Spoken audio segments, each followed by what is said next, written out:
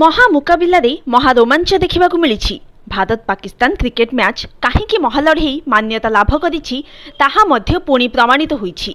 20 मासर व्यवधान पर यह दुई चिर प्रतिद्वंदी टी20 विश्वकप रे मुहांमुही होइथिला बेले घड़ी घड़ी बत्सार लुचकाली खेल, नाटकीय उत्थान पतन, प्रति ओभरे नुआ मोड़ एवं हृत्स्पंदन बंद हो गला भली रोमांच सबकिछि देखिबाकु मिलिछि रविवार यह बहु प्रतीक्षित मैच रे। आउ भारत अत्यंत रोमांचकर भाव 6 रन रे जितबा परे 140 कोटी भारतीयों छाती गर्भरे कुंठेमोट हो जाइछि। अन्य पक्षरे पाकिस्तान पुणी थरे माटी कामुड़ी। स्कोर छोट थिले भी सारा दुनियार क्रिकेट प्रशंसकों शेष पर्यंत मैच रे बांधि रखिबाकू समर्थ होइछि रविवार भारत पाकिस्तान मैच।